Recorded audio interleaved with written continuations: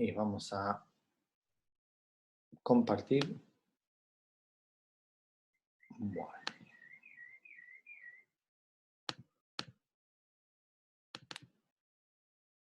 Bueno.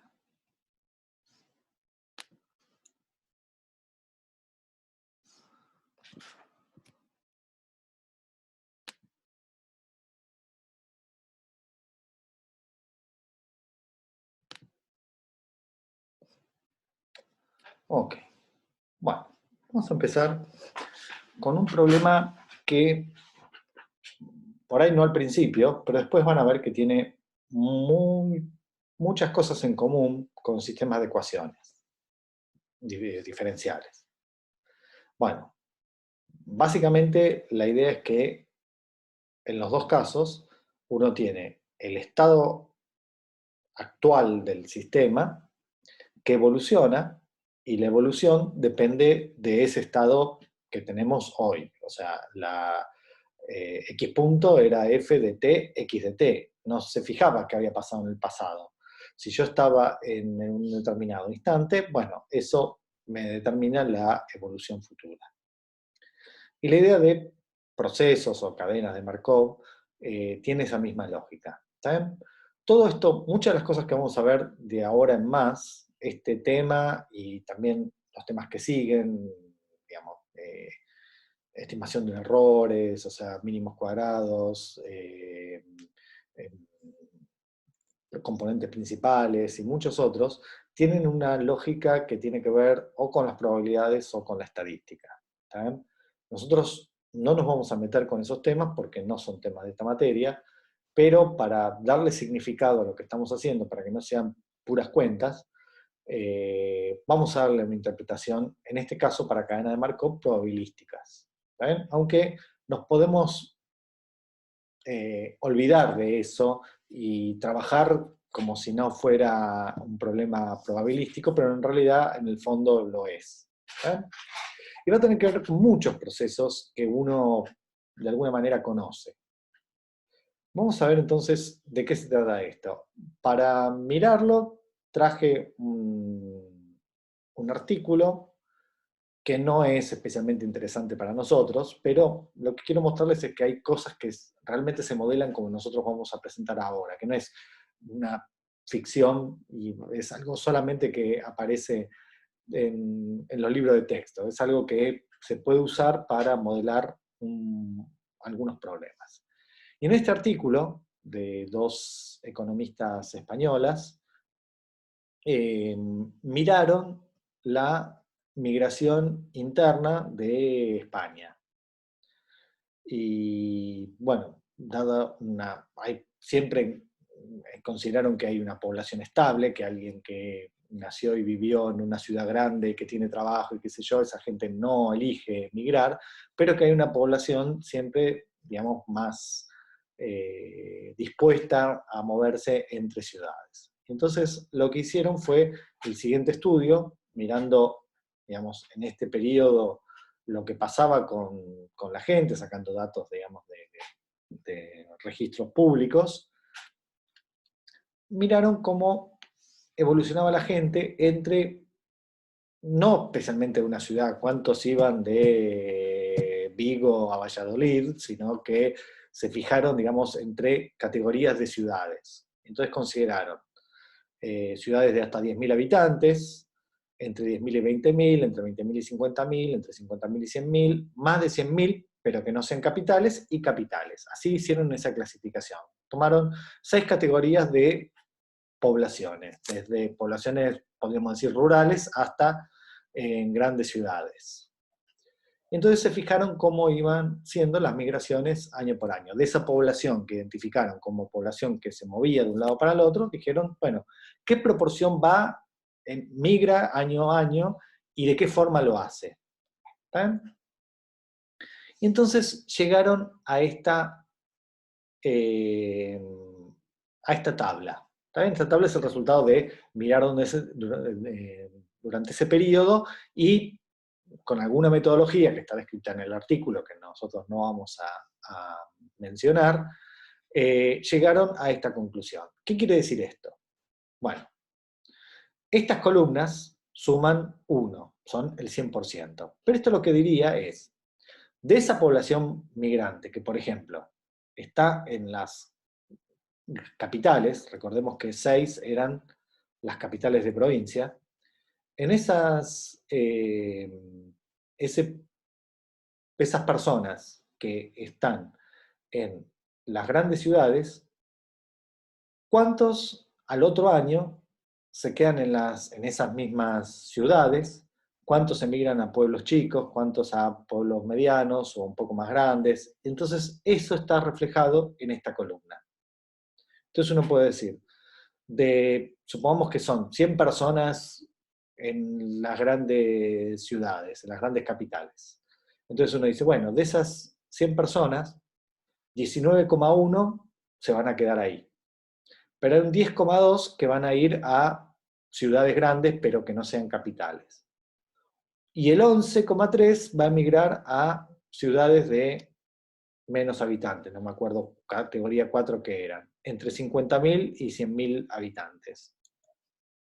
Y así con todos. Por supuesto que de las 100 personas que se distribuyen así, 19 para acá, 10 para acá, 11 para acá, 18 para acá, 13 para acá, 29 para acá, eso tendría que sumar las 100 personas. ¿Eh?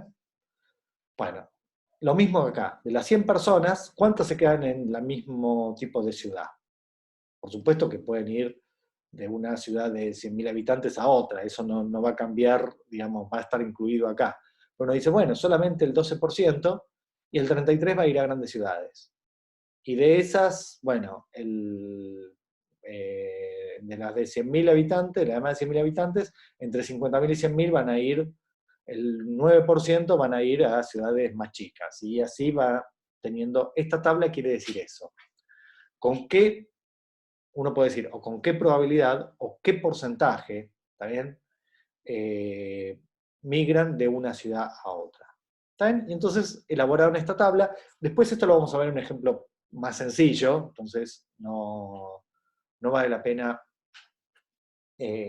mirarlo así, con todos los detalles acá, pero más o menos esa es la información que tenemos. Y fíjense que como de las 100 o del el 100% se van distribuyendo, que salen de pueblos muy, muy chicos, de menos de 10.000 habitantes, ¿cuántos van a ir a parar a cada una de estas clases de ciudades? Bueno, eso acá está distribuido y tiene que sumar 100%. ¿Está bien? Entonces, eso es lo que tenemos acá reflejado. Lo mismo para cada una de las categorías. Entonces, estos son datos del artículo. No me acuerdo el T0 a qué año correspondía, si correspondía al año 91, bueno, no me acuerdo bien eso, pero lo que decían es, bueno, acá tenemos las poblaciones. Del 100% de la población migrante, ¿sí? ¿Cómo se distribuyen en cada una de estas categorías? Bueno, el 21% están en los pueblos chicos, el 20% están en los no tan chicos, el 12% en los medianos, el 4% en los de entre 50.000 y 100.000 habitantes, el 8% entre los de más de 100.000, y en las grandes capitales está el 33%. Y entonces lo que decían es, bueno, pero si yo tengo la tabla anterior, de que, por ejemplo, estos 20, ¿cómo van a evolucionar en el futuro? Bueno, de estos 20, que corresponden a los que salen de 1, el 27 se va a quedar en 1. Entonces, de estos 20, el 27 se va a quedar en 1. Ahora, ¿y por qué llego a 25,7? Bueno, porque en realidad también de los que salen de las ciudades de un nivel un poco más grande, el 24% va a ir a pueblos chicos. Y el 21% de los que salen de ciudades intermedias van a ir a pueblos chicos. Y el 28,8% de los que salen de grandes capitales van a ir a los pueblos chicos. Entonces, uno ve que si acumula todo eso, va a tener este 27,7%. Y lo mismo se calcula en todos estos. Después vamos a ver cómo es la lógica, cómo relacionamos la tabla con esto. Pero lo que quiero mostrar es primero cuál es el problema. Antes de entender las cuentas, ¿cuál es el problema? Lo que uno dice es, tengo una población que se distribuye de esta manera, ¿sí? La población la población migrante de España, no los tipos que están afincados con, digamos, con condiciones porque son muy chicos, o son muy viejos, o porque están bien instalados, o porque están en una posición económica que se los permite, se quedan en su lugar y no se mueven. Estamos hablando de la población migrante. Bueno, de esos, si esta era la distribución en el año 0, ¿cuál va a ser la distribución en el año 1?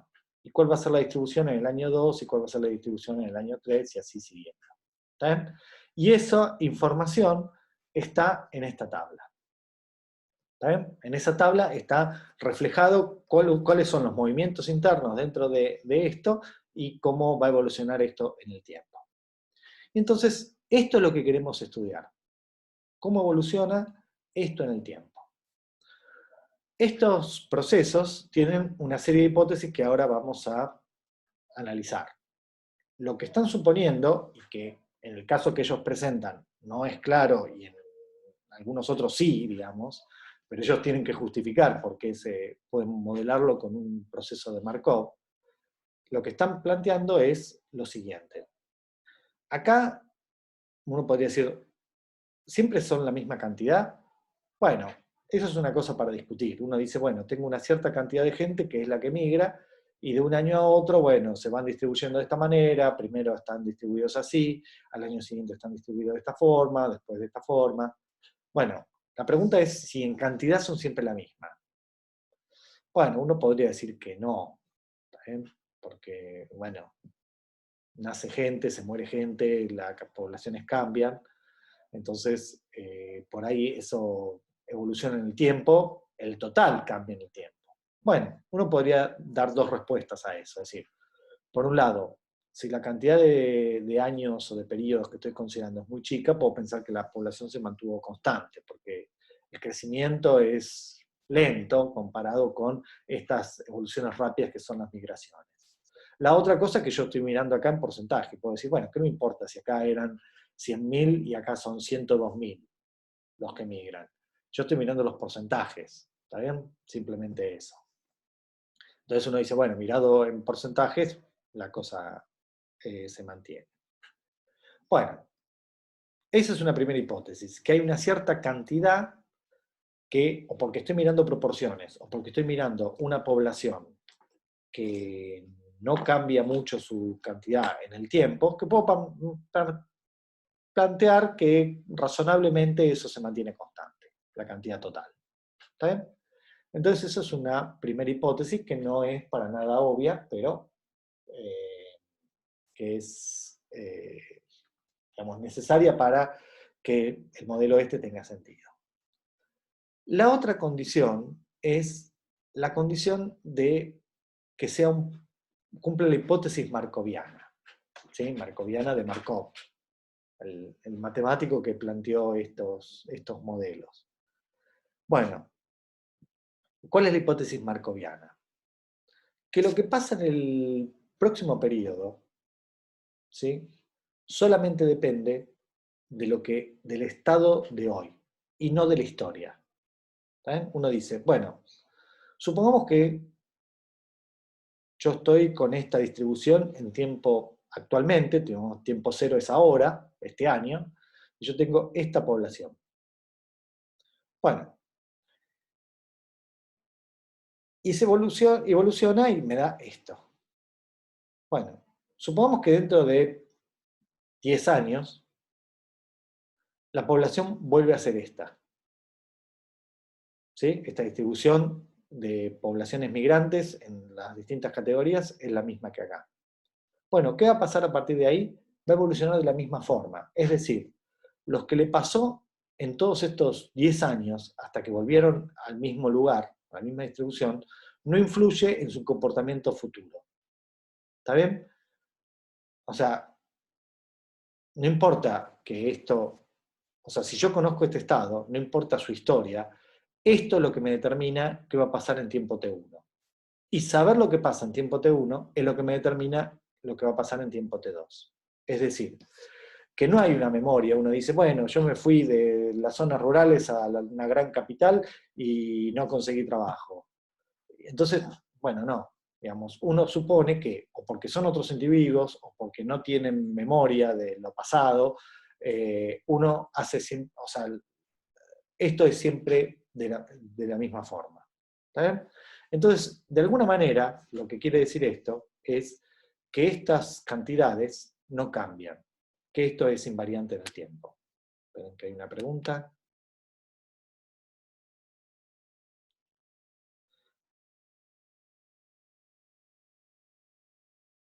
Bueno, acá hay una pregunta que hace Sofía que dice si puedo saber para pasar a T2 sabiendo lo que pasa en T0, pero no T1. Bueno, eso es una buena pregunta y vamos a responderlo a lo largo de las clases. De alguna manera, lo que estamos diciendo es, si yo tengo esta información, con esa información obtengo esta, y con esta información obtengo esta otra.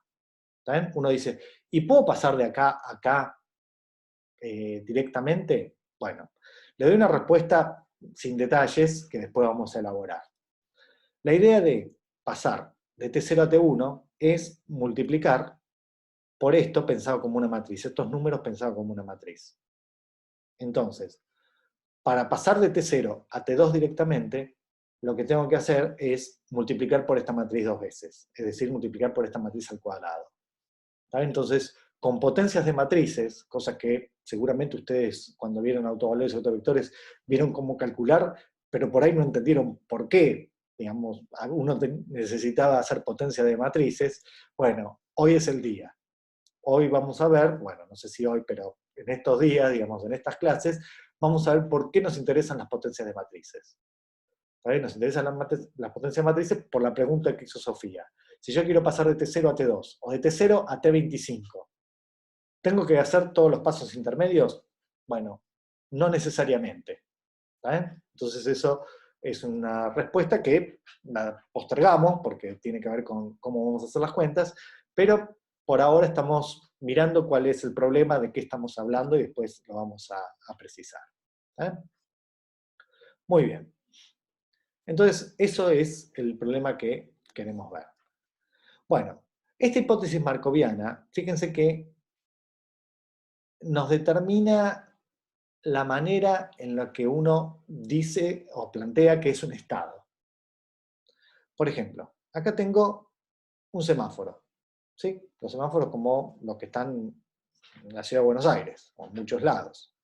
Uno dice, bueno, el semáforo está en verde, pasa a amarillo antes de pasar a rojo. Y al revés, cuando está en rojo, pasa a amarillo antes de pasar a verde.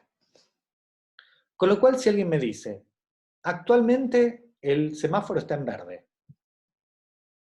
Bueno, yo sé que si está en verde, la única posibilidad, el futuro, es que esté en amarillo. Lo mismo si estoy en rojo. Si estoy en rojo, la única posibilidad es que pase a amarillo. Antes después pasar a verde. Ahora, si estoy en amarillo, no sé si estoy porque vine de verde o porque vine de rojo. Entonces no sé para dónde voy. Entonces, si yo planteara que mis estados son rojo, amarillo y verde, que es lo más natural para un semáforo, uno dice, ¿en qué estado está el semáforo? Y en alguno de esos tres colores. Bueno, pero por la ambigüedad que tiene amarillo, esto no es markoviano, depende de la historia. ¿Está bien? Uno dice, bueno, yo del amarillo voy a pasar a verde si antes estuve en rojo, y del amarillo voy a pasar al rojo si antes estuve en verde. Y uno dice, bueno, entonces esto no cumple la hipótesis markoviana. ¿Está bien? De que el estado actual, amarillo, me determine el estado futuro.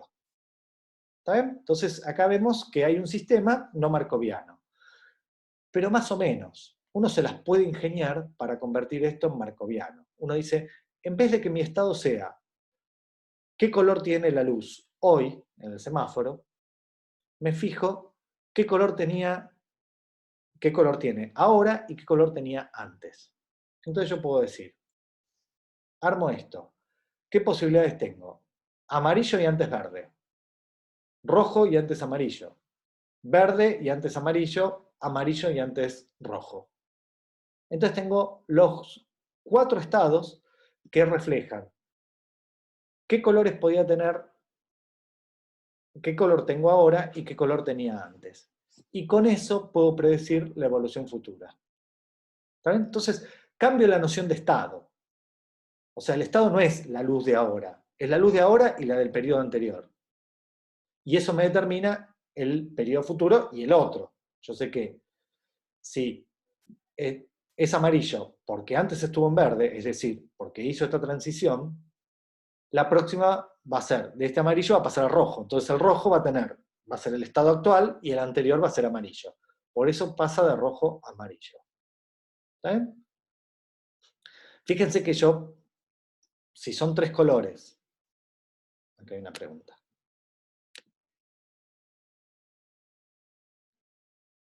La pregunta de Franco, ¿algo cíclico es siempre markoviano? Sí, exactamente. ¿Está bien? Como en este caso, dar esta vuelta, esto va a ser siempre markoviano. De este estado, si yo sé que estoy en este estado, solamente puedo pasar a este estado. Si estoy en este estado, solamente puedo pasar a este, y así esto da markoviano. ¿Sí? Pero entonces acá lo que digo es, bueno, si en realidad depende de la historia, pero la historia no hasta el infinito, sino un paso para atrás o 5 pasos para atrás, una cantidad finita de pasos para atrás, complicando la noción de estado, como hicimos acá, el estado es amarillo ahora y verde antes, rojo ahora y amarillo antes, verde ahora y amarillo antes, amarillo ahora y rojo antes, ¿sí? Complicando un poquito, mirando un pedacito de historia para atrás, puedo conseguir que sea markoviano. Entonces, a veces uno puede tener esta hipótesis no markoviana, o sea, no se cumple esta hipótesis markoviana y puede convertirlo en markoviano complicando un poquito el estado del sistema, si es finitos pasos para atrás. ¿Está? Y como preguntaban, sí, cuando tenga un movimiento entre estados, que sea un ciclo, como plantearon acá y se llama exactamente así, esto claramente es algo markoviano. Bueno, entonces, déjenme hablar de la matriz de transición. Fíjense que, por ejemplo, pongo un caso de 3 estados. El estado 1, el estado 2 y el estado 3. Y uno acá puede pensar en, bueno, y esto también es algo que no necesariamente en los sistemas que miran poblaciones se da, pero acá quiero hacer 2 observaciones diferentes sobre lo que significa esto. Primero, acá por lo que puedo pensar es, volviendo al caso de las migraciones, que uno dice, de los que están acá, imagínense que son 1.000.000 de personas. Lo que estoy diciendo es, bueno, 1/8 de ese millón de personas, o sea, 125.000, se van a quedar en este lugar.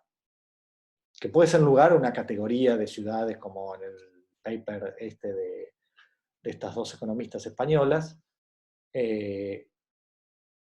Pero en principio uno dice, bueno, de toda la población, 1/8 se queda acá. 3/4, o sea, 750.000, se van para acá, y otros 125.000 se van para 3. ¿Sí? Bueno, fíjense que uno podría decir que acá lo que pensamos es que lo que hace cada persona, cada individuo, en este ejemplo, es independiente de los otros. Es decir, no hay un efecto que podríamos decir de contagio, de manada, o no sé cómo decirlo, pero de que si todos hacen como pasa en otros fenómenos, si todos hacen algo, bueno, yo los imito y hago eso mismo. No, acá suponemos que esto es independiente. Acá, 1/8 se va a quedar acá, 1/8 va a migrar para acá y 3/4 van a ir para allá. Y lo mismo acá están las cantidades que van a ir, que van a hacerlo en cada uno de estos. Y esto es año por año. Esto lo que decimos es, si acá había 1.000.000, acá había 500.000 y acá había 3 millones, bueno, de estos 3 millones, 11 doceavos van a ir para acá. Un doceavo se va a quedar en el lugar y nada más, porque o van para allá o hacen este rulo, pero no van para 3. Y de 3, bueno, 4/5 se quedarán 500.000, 400.000 se van a quedar acá, y los otros 100.000 van a ir para 2. ¿Vale? Entonces, dependiendo de las cantidades, es cómo se van a redistribuir. Entonces, la primera observación que hacemos es que cada individuo, no tienen por qué ser, pueden ser estos individuos, pueden ser personas, pueden ser ratas de laboratorio, pueden ser moléculas que reaccionan, digamos, esto en matemática, lo que quiere decir la cadena de Markov tendrá que ver con las aplicaciones. Bueno, y la otra observación es que esto podría ser probabilístico. ¿Está bien? Entonces uno dice, bueno, ¿cuál es la probabilidad de que un individuo, que repito, pueden ser personas, ratas, moléculas, va a quedarse en este estado? ¿Qué probabilidad hay de que cambie a este estado o qué probabilidad hay que cambie a este estado? Entonces son probabilidades. ¿Sí? Entonces acá lo digo por una vez, después digamos, va a aparecer en una transparencia si es que llegamos a revisar eso. Hoy, si no, lo vamos a hacer la próxima. ¿Qué es lo que aparece por tratarse de probabilísticamente? Bueno, esto en realidad se basa en algo que en probabilidades se conoce como ley de los grandes números. Entonces, si yo tengo una probabilidad de que pase algo, ¿sí? Y yo hago un experimento, bueno, eso que yo estoy planteando puede suceder o no. Por ejemplo, uno puede pensar, la probabilidad de que salga 2, el número 2, cuando tire un dado, es un sexto. ¿Sí? Tengo 6 caras, el dado tiene 6 caras, estamos pensando en un dado para jugar al general, hay no esos dados de juegos que tienen un montón de caras, ¿no? Pero pensemos en un dado cúbico y uno dice, bueno, tiro ese dado, la probabilidad de que salga 2 es un sexto. Tengo 6 caras, una de las caras es 2, entonces es un sexto. Bueno, eso no quiere decir que cuando lo tire 10 veces, ¿sí? Un sexto de esas veces, que además no es, digamos, divisible, 10 por 6, salga 2. Y todos los demás salgan exactamente un sexto de las veces. No. Quiere decir que eso es un límite. Entonces entendemos a las probabilidades como el límite de las frecuencias relativas. Es decir, si yo lo tiro 100 veces, o vamos a poner un número que sea divisible, 60 veces, uno puede pensar, bueno, de esas 60 veces, 10 veces van a salir el número 2. Pero puede ser que salgan 9, puede ser que salgan 12, puede ser que salga ninguna. Hay una cierta chance de que tirando los 60 veces, que es muy baja, pero que no salga ninguna. Entonces uno puede decir, 10 veces es lo que uno espera, pero no quiere decir que sea necesariamente así. Ahora, en vez de tirar 60 veces, tiro 6.000 veces. Uno dice, bueno, de las 6.000 veces, uno puede pensar que van a salir 1.000 veces un sexto. Bueno, puede ser que salgan 995, o puede ser que salgan 1.011, pero es raro que salgan 1.200 o 800. ¿Está bien? Eso es más raro. ¿Está bien? Y si uno lo tira en vez de 6.000 veces, lo tira 6 millones de veces, bueno, no necesariamente va a ser exactamente 1.000.000 de veces que salga el 2. Pero es difícil que salgan solamente 800.000 o 1.200.000. Eso es mucho menos probable. Entonces, a medida que la cantidad de veces que repito el experimento aumenta, ¿sí? Uno puede ver que la tendencia es a que se estabilice en esa probabilidad. Entonces lo que decimos es, si yo tengo, perdón, había un chat,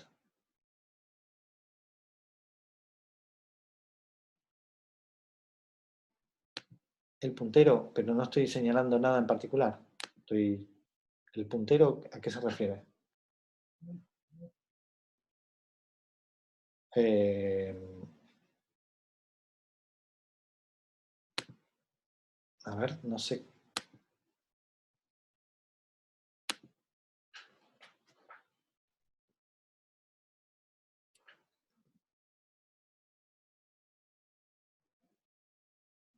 Se beneficia el mouse igual.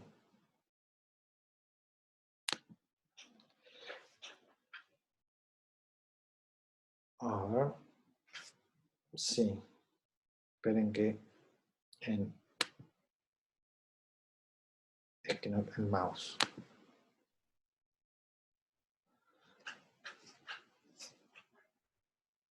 Bueno, no.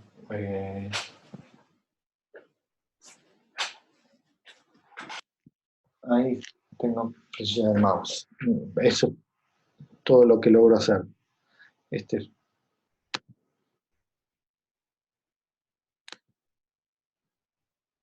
no, esto es lo que quería. Bueno, esto es lo que puedo hacer. Ah, porque estaba antes el otro. Bueno. Bueno, entonces son eh, transiciones que son probabilísticas, ¿está bien? Entonces yo puedo decir, si acá hubiera 1 millón de personas, bueno, no necesariamente 125.000 se van a quedar en el lugar, pero bueno, sé que van a ser aproximadamente 125.000, con una chance muy alta, los que salen de uno se van a quedar en uno, 1/8 de las personas en promedio, o digamos, si la cantidad de gente es suficientemente grande. ¿Está bien? Entonces, eso es lo que estamos diciendo. Bueno, acá se fue de nuevo. Esperen. Muy bien. Entonces,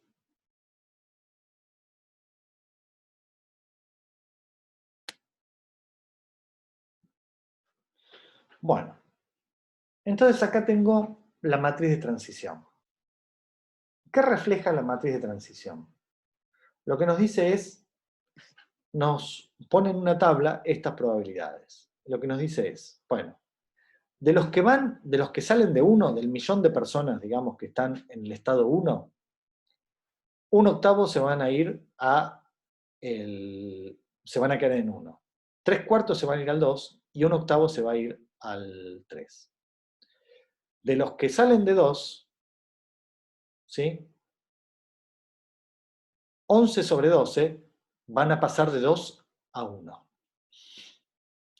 Solamente un 12avo se van a quedar en el lugar y ninguno, porque fíjense que no hay flecha que vaya de 2 a 3, ninguno va a ir a 3. Por otro lado, los que salen de 3,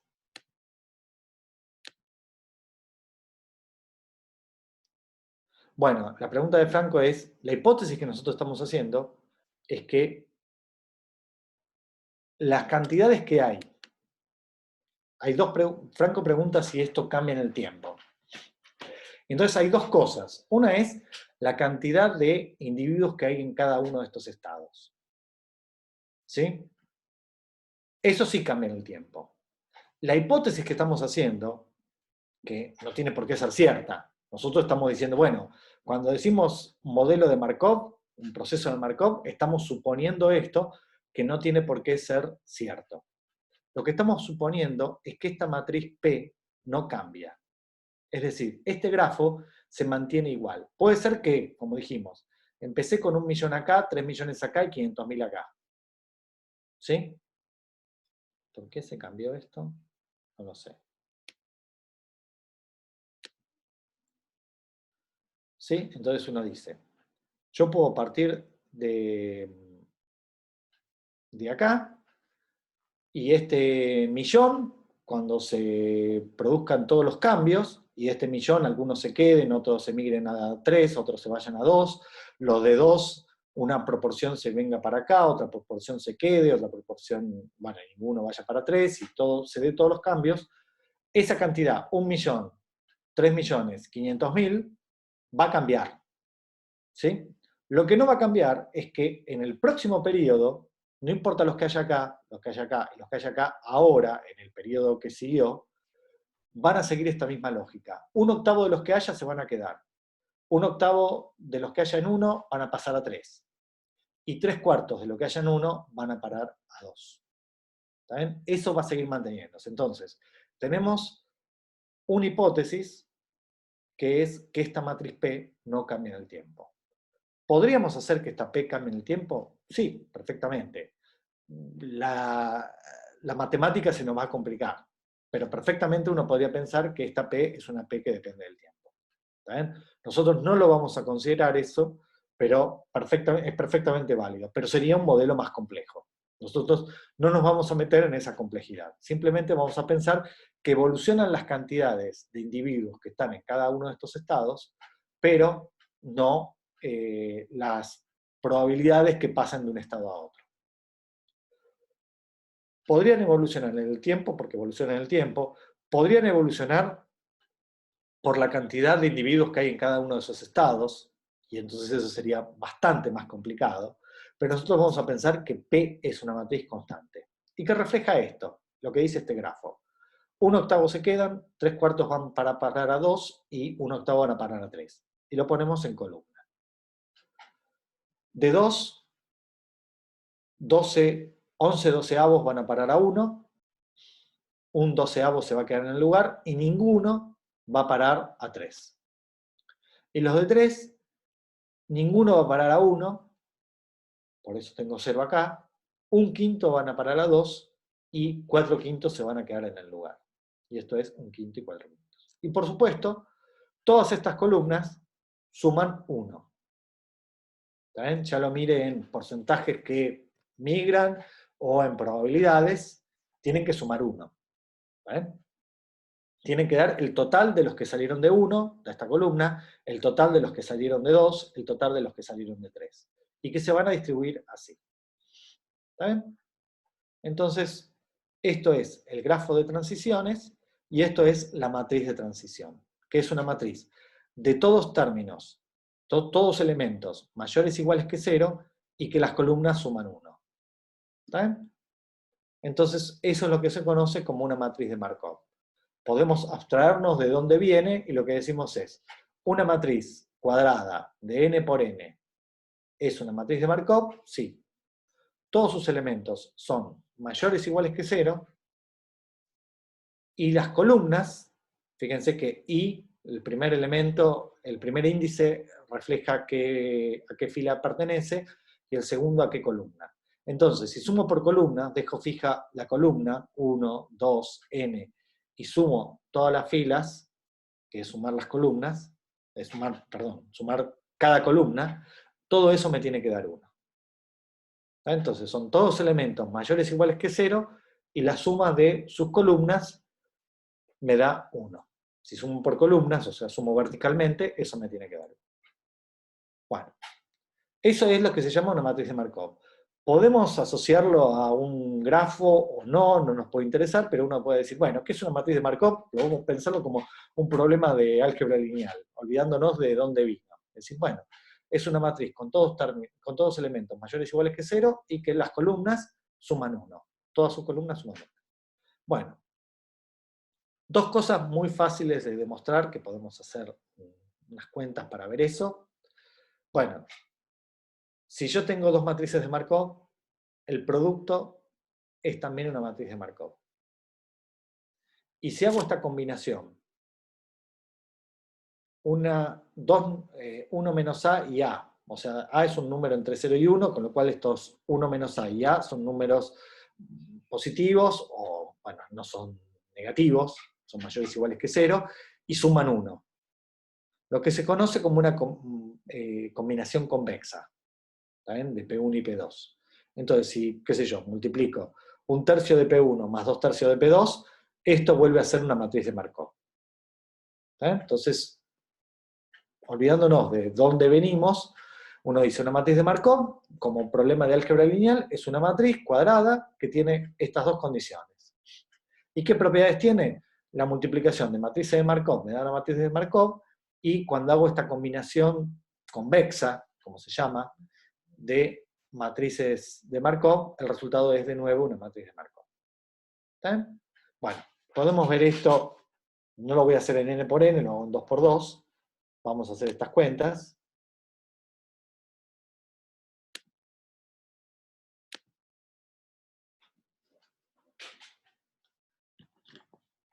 ¿Sí?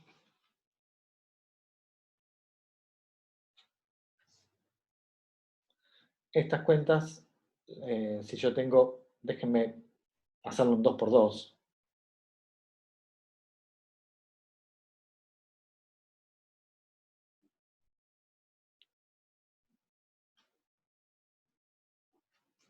Vamos a ponerle letras para no andar P11, P22. Bueno, lo que sé es que todos los números son A, B, C, hasta H, son todos mayores o iguales que 0. No se ve casi nada. Bueno, después lo voy a escanear y ahí van a ver de qué estoy hablando, pero sería bueno verlo ahora. Y ahora, si sumo por columnas, sumo A más C, eso me da 1. B más D también me da 1. Y por otro lado acá, si hago E más G, también me da 1. Y si hago F más H, también me da 1. Entonces, lo que estoy diciendo es, son todos los elementos mayores o iguales que 0, y si sumo cada una de las columnas, tanto de P1 como de P2, el resultado me da 1. Bueno, vamos a ver qué es el producto.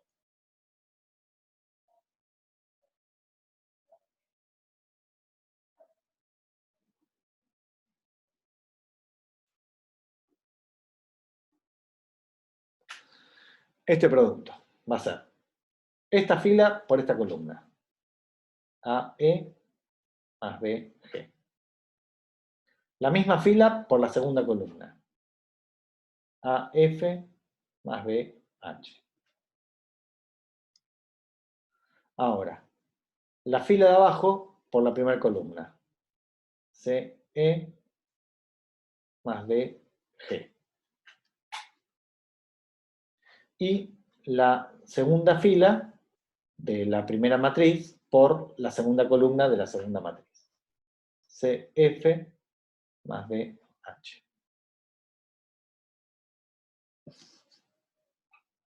¿Sí? Bueno.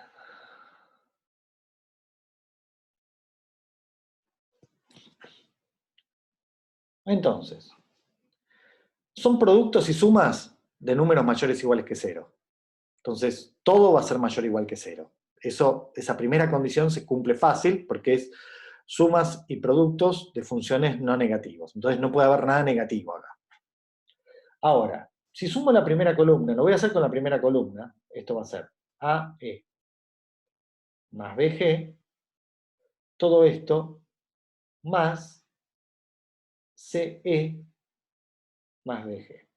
Los paréntesis son innecesarios en sumas, pero los pongo para aclarar que es el primer elemento del producto más el segundo elemento de la primera fila de la matriz producto. Bueno.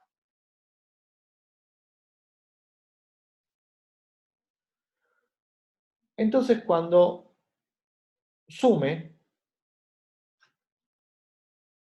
yo puedo hacer, fíjense, acá tengo AE y CE. Puedo hacer factor común entre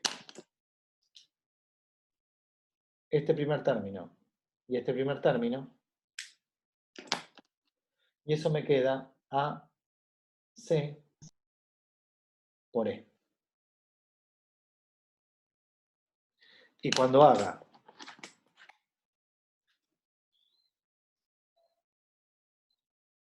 el segundo elemento del primera, bueno, el segundo término del primer elemento y el segundo término del segundo elemento, los dos tienen G, entonces me queda BT por G. ¿Sí? Bueno, ahora, A más C sé que es 1.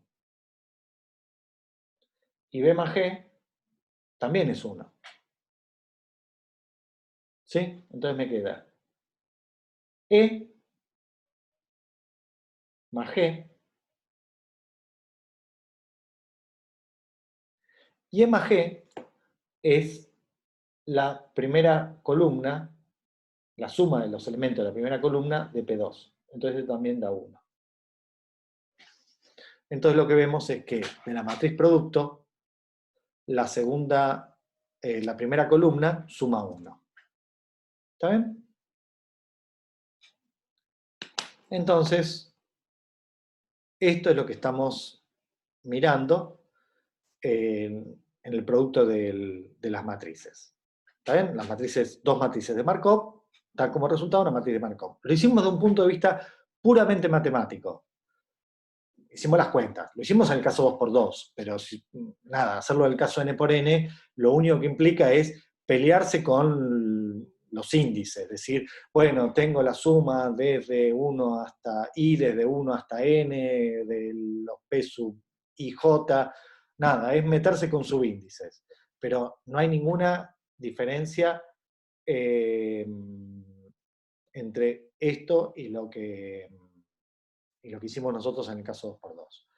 Pero de un punto de vista, digamos, de la interpretación que nosotros le estamos dando a las matrices de Markov, ¿sí? Uno puede decir, no era esto lo que quería, era esto.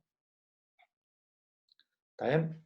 Ahora voy creo que hay preguntas en el chat, ahora voy. Lo que estamos diciendo es, si P1 y P2 son dos matrices de Markov, lo que estoy diciendo es que, por ejemplo, el sistema tuvo una primera transición, y eso tiene que ver con lo que preguntaba, creo que era Franco, acerca de si esto podía evolucionar en el tiempo. Imagínense que la transición del tiempo 0 al tiempo T1 está dado por la matriz P1, y que del tiempo T1 al tiempo T2 está dado por la matriz P2, que son las dos matrices de Markov. Bueno, ahora, si yo quiero pasar, y eso también era una pregunta que había aparecido, no me acuerdo quién la había hecho, del tiempo 0 al tiempo 1, yo tengo que multiplicar las matrices P1 por P2. Este producto refleja, o en realidad al revés, P2 por P1, refleja pasar del estado 0, el tiempo 0, al tiempo 1, y del tiempo 1 al tiempo 2. ¿Sí? Entonces, estos productos tienen que ver con hacer más de una transición. Entonces, si yo reflejo las probabilidades de pasar de un estado a otro, del estado A y del estado J, o al revés, del estado J al estado I, en dos pasos, va a tener que ver con el producto de estas matrices. ¿Está bien? Esto puede ser que ahora resulte un poco oscuro, pero vamos a verlo pronto. Pero déjenme mirar las preguntas, que creo que no sé si son entre ustedes.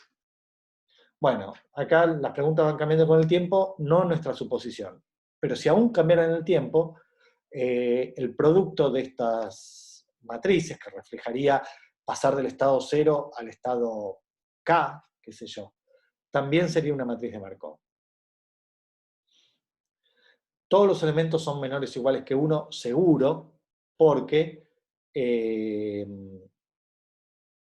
porque son positivos y suman 1. Son fracciones, qué cantidad se va a cada uno de estos, son probabilidades, si quieren verlo así. Entonces tienen que ser menores o iguales que 1, porque son todos positivos y suman 1. Entonces no puede ser ninguno mayor que 1.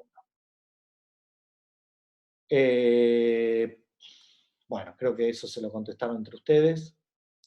Y esto con respecto al apunte teórico, sí, todavía no está subido esta parte porque quería ver hasta dónde llegamos para ver qué subía. ¿No? Voy a subirlo por partes y voy a subir dependiendo a qué lleguemos. Bueno, volvamos a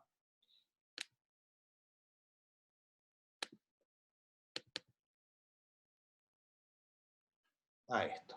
Bueno, ya mucho tiempo no tenemos, pero algo que les quería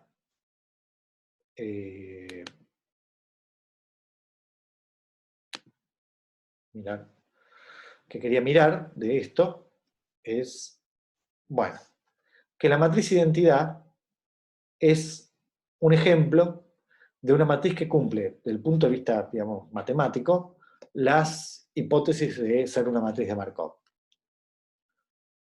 Todos, acá tengo unos en la diagonal y ceros afuera. ¿Son todos mayores o iguales que 0? Sí, porque son o 1 o 0. Y son todos, suman 1, porque en cada columna, esperen que, no sé por qué se va esto, en cada columna, ¿sí? Tengo un solo 1 y todo lo demás ceros. Entonces todas las columnas suman 1. Entonces la matriz identidad corresponde a la definición de matriz de Markov. La pregunta es, ¿qué representa la matriz identidad? ¿Alguien tiene alguna propuesta, por favor, díganme, ¿qué reflejaría si yo tengo los n posibles nodos? Ahí hay una respuesta. Jorgelina contestó. Si yo tengo los n nodos, ¿qué reflejaría la matriz de identidad? El 100% se queda en su lugar y nadie se va a otra. ¿Está bien? No hay ninguna conexión entre estos nodos. ¿Está bien? Entonces están todos aislados. Nadie se comunica con nadie, nadie cambia de estado. ¿Está bien? Entonces esto sería el que, si aparecieron, si acá hay 1.000.000, acá 500.000, acá 200.000 y acá 2 millones, eso se va a mantener en el tiempo, no va a cambiar para nada. ¿Está bien? Entonces eso, exactamente, esa respuesta que dieron es no cambiar para nada, es lo que refleja la matriz de identidad. ¿Es una matriz de Markov? Sí, de un grafo muy particular, que son todos los nodos desconectados. ¿Está bien? Bueno, entonces, esta fue la introducción a los procesos o las cadenas de Markov. Ahora, la próxima clase nos vamos a preocupar por ver, digamos, cómo armar la matriz a partir de los grafos de transición y ver cómo podemos predecir las cosas, sobre todo si hay estados de equilibrio, ¿sí? Vamos a empezar a estudiar los estados de equilibrio. Y para eso vamos a tener que estudiar las propiedades que se llamarían espectrales de la matriz. Las propiedades espectrales de una matriz es mirar los autovalores y los autovectores. ¿Está bien? Es eso. Eso se le llama el espectro de la matriz. Y eso es lo que tenemos que estudiar para saber cómo evoluciona esto en el tiempo. ¿Está bien? Entonces, eso es lo que viene. ¿Alguna pregunta, alguna observación respecto de las transparencias? Bueno, después las voy a subir junto con la parte teórica, el apunte teórico, la parte que corresponde a esto, y voy a ver de escanear las transparencias. ¿Está bien? Todo eso vamos a ver cuándo se puede hacer. Sí, acá me preguntan. Si yo tengo A, es mi matriz de condición en tiempo.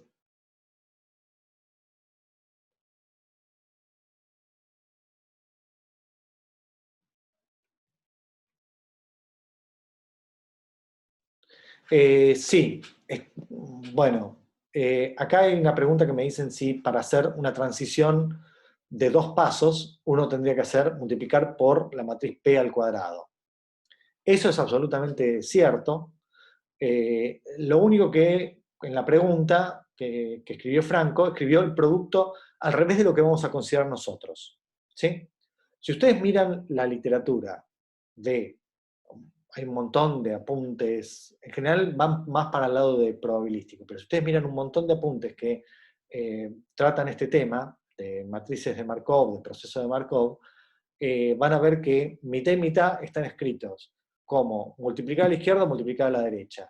Eso de acuerdo a cómo escriban los estados, si lo escriben como un vector vertical o un vector horizontal.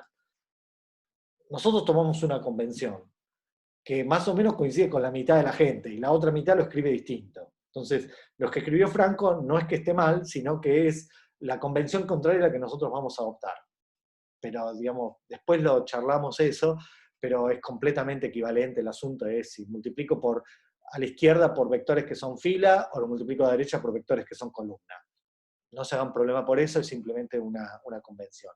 Pero, bueno, esto es para Franco. Nosotros vamos a tomar la convención contraria, pero está perfecto lo que vos planteaste. Para hacer 2 pasos, uno tiene que multiplicar por la matriz de transición al cuadrado. ¿Está bien? Bueno, chicos, ¿alguna otra pregunta? Bueno, entonces ahora tienen unos minutos antes de la clase práctica. Bueno, bueno, recuerden que en la próxima clase podemos seguir en la primera parte si quieren, si tienen dudas sobre esto o sobre los temas anteriores, podemos volver a revisar. ¿Está bien? Vamos a ir tratando de ir un poco más lento de lo que fuimos en esta parte y tratar de avanzar. Bueno, chicos, nos vemos la próxima. Pásenla bien.